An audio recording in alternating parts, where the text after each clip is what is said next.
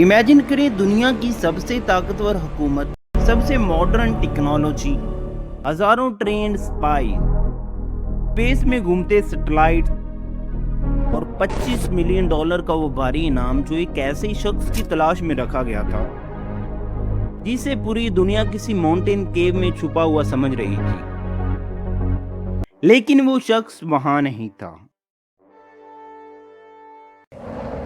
वो एक पुरसुकून शहरी इलाके में एक बड़े से कंपाउंड के अंदर सब्जियां उगा रहा था। आज हम 21st सेंचुरी की हिस्ट्री की सबसे बड़ी, सबसे लंबी और सबसे शॉकिंग मैनहंट के मुकम्मल स्टोरी का रिव्यू करेंगे।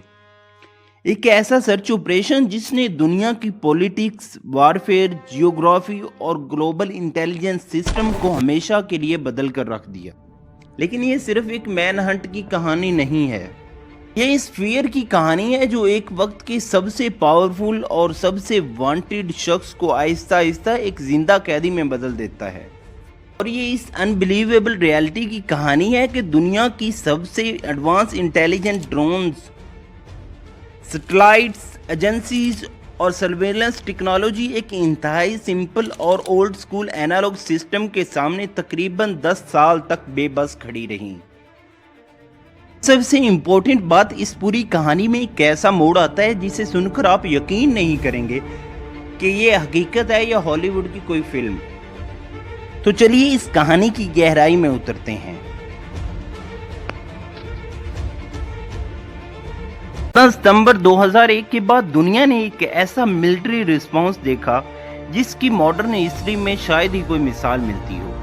एक ऐसी ओवरवेलमिंग फोर्स जो एक बेकाबू फ्लड की तरह अफगानिस्तान पर टूट पड़ी और इस ऑर्गेनाइजेशन को मुकम्मल तौर पर शॉक में डाल दिया जिसने ये अटैक्स प्लान किए थे। अमेरिकन रिस्पॉन्स इस कदर ब्रूटल, मैसिव और अनएक्सपेक्टेड था कि ऑर्गेनाइजेशन के किसी भी टॉप लीडर ने कभी इमेजिन भी नहीं किया था कि वार इतने बड़े स्केल पर एक्सप्लोड कर जाएगी। एक तरफ तोरा बोरा की भी 9000 फीट जमा देने वाली चोटियां थीं, जहां बॉम्बिंग ना रुकने वाला सिलसिला जारी था, जहां जमीन हिल रही थी, पहाड़ टूट रहे थे और वहां से बच निकलना किसी मौजे से कम नहीं था। और फिर वो लम्हा आया जो हिस्ट्री में हमेशा के लिए लिखा गया। उसामा बिन लादेन ने अपनी वसीयत लिख डाली। इतना बड़ा मैनहंट था, उसामा बिन लादेन को भी लगा था कि वो इस बार नहीं बचेगा। एक ऐसी वसीयत जिसमें इसने अपने बच्चों को एडवाइस किया कि वो इस रास्ते से, इस तंजीम से, इस ऑर्गेनाइजेशन से और इस जंग से हमेशा के लिए दूर रहें। शायद ये उसका दी एंड है, लेकिन ये एंड नहीं था। एक नए प्लान की शुरुआत थी, एक ऐसा प्लान जिसने दुनिया की सबसे बड़ी इंटेलिजेंस एजेंसीज को 10 साल तक बेवकूफ बनाए रखा। सर्वाइवल की इस जंग ने उसामा बिन लादेन को मजबूर कर दिया कि वो इन माउंटेन केव्स को छोड़े और एक ऐसी जगह छुप जाए जहां कोई इसे ढूंढने के बारे में सोच भी ना सके। और इसने जो जगह चुनी वो थी पाकिस्तान के एक अहम शहरी और फौजी इलाका एबटाबाद, जहां इसने $1 मिलियन लगाकर अपने लिए एक बड़ा कंपाउंड तैयार करवाया था जो बाहर से बिल्कुल आम लगता था। 12 फुट ऊंची कंक्रीट की दीवारें इसलिए ताकि कोई गली से अंदर न झांक सके, बालकोनियों पर मोटे पर्दे इसलिए ताकि आसमान से उड़ते ड्रोन्स अंदर कुछ न देख सकें, कोई टेलीफोन नहीं, कोई इंटरनेट कनेक्शन, कोई डिजिटल फुटप्रिंट, कुछ भी नहीं, क्योंकि इस डिजिटल वर्ल्ड में एक भी कदम रखना मौत को दावत देने के बराबर था। और सबसे हैरान कुन बात यह कि घर का कचरा यानी वेस्ट भी बाहर नहीं फेंका जाता था, बल्कि अंदर ही जलाया जाता था ताकि कोई भी क्लू या एविडेंस बाहर न जा सके। और इनका हर कदम एक कैलकुलेटेड मूव था।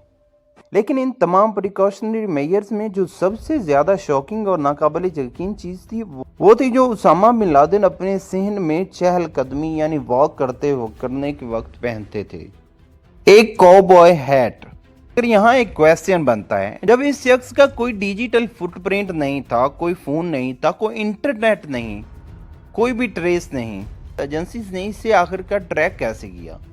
और वो कौन सी एक छोटी सी फैटल मिस्टेक थी जिसने सब कुछ तब्दील कर दिया?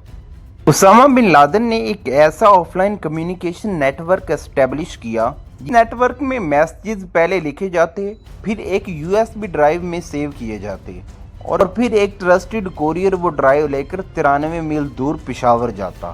وہاں ایک پبلک ٹیلی فون بوتھ سے آگے لوگوں سے رابطہ کیا جاتا. نہ کوئی ڈائریکٹ کنیکشن، نہ کوئی ٹریسیبل لنک اور نہ کوئی ڈیجیٹل ٹریل، بس ایک پرانا سادہ مگر انتہائی آرگنائز سسٹم جس نے 10 سال سے زیادہ عرصے تک دنیا کی سب سے بڑی انٹیلیجنس ایجنسی کو الجھائے رکھا. لیکن تاریخ گواہ ہے کہ ہر نظام میں چاہے وہ کتنا بھی مکمل اور ہوشیارانہ ہو، کوئی نہ کوئی خامی ضرور ہوتی ہے، کوئی نہ کوئی کمزور کڑی ضرور ہوتی ہے جو پورے سسٹم کو ایک لمحے میں توڑ سکتی ہے. اور وہ کمزور کڑی تھی ابو احمد الکویتی. یہ اسامہ کا وہی کوریئر تھا جو میسیجز ایک جگہ سے لے کر دوسری جگہ پہنچاتا تھا، اور برسوں کی انویسٹیگیشن کے بعد آخرکار CIA کے ہاتھ اس کا نام لگ گیا. پھر وہ مومنٹ آیا جس نے سب کچھ بدل کر رکھ دیا. ایک دن پشاور کے علاقے میں ابو احمد الکویتی کا فون صرف چند سیکنڈ کے لیے آن ہوا. اسی آپریشنل سلپ کے دوران CIA کے سرویلنس سسٹمز نے وہ سگنل ڈیٹیکٹ کر لیے جن کی برسوں سے تلاش تھی. بس یہی ایک معمولی سی غلطی، یہی چند سیکنڈز کا فیٹل سلپ اپ، وہ تھا جس نے اس پر اسرار کمپاؤنڈ کا ڈارک سیکرٹ دنیا کے سامنے کھول دیا. کمپاؤنڈ کی لوکیشن تو مل گئی، لیکن اب سب سے بڑا سوال یہ تھا کہ کیا واقعی وہاں ٹارگٹ موجود ہے؟ اگر ہے تو اسے کیسے نکالا جائے؟ اور جو آپریشن پلان کیا گیا تھا وہ شروع ہوتے ہی یہ کیسے خطرے میں پڑ گیا جس سے پورا مشن فیل ہو سکتا تھا. 2 مئی 2011 کی رات، وہ رات جو ہسٹری میں ہمیشہ کے لیے لکھی جا چکی ہے. نیوی سیلز کی ٹیمیں افغانستان کے شہر جلال آباد سے ایک اسٹیلتھ آپریشن کے لیے نکلی. ان کا ٹارگٹ وہ کمپاؤنڈ تھا جسے CIA نے مہینوں کی سرویلنس کے بعد آئیڈینٹیفائی کیا تھا، اور کروڑوں ڈالرز کے انٹیلیجنس آپریشنز کا سارا بوجھ اب صرف ایک رات کے اس ہائی سٹیکس مشن پر تھا. رات 1 بجے کے قریب وہ اسٹیلتھ بلیک ہاک ہیلی کاپٹر اچانک بے قابو ہو کر کمپاؤنڈ کے سینہ میں کریش نہ گیا. نیوی سیلز ایک مومنٹ کے لیے بھی نہیں رکے، کیونکہ ان کے پاس نہ ٹائم تھا اور نہ کوئی دوسرا آپشن. فوری طور پر بلڈنگ کی طرف بڑھے. دروازے کو ایکسپلوزیو سے توڑا گیا اور فلور بائی فلور آگے بڑھتے گئے. پہلی منزل، پھر دوسری منزل اور پھر تیسری منزل، جہاں رات ٹھیک 1:40 پر مشن کا کلائمیکس آیا. ٹارگٹ نیوٹرلائزڈ ہوا اور وہ شخص جو 10 سال سے دنیا کی آنکھوں سے اوجھل تھا، اس کا ایک چیپٹر ہمیشہ کے لیے بند ہو گیا.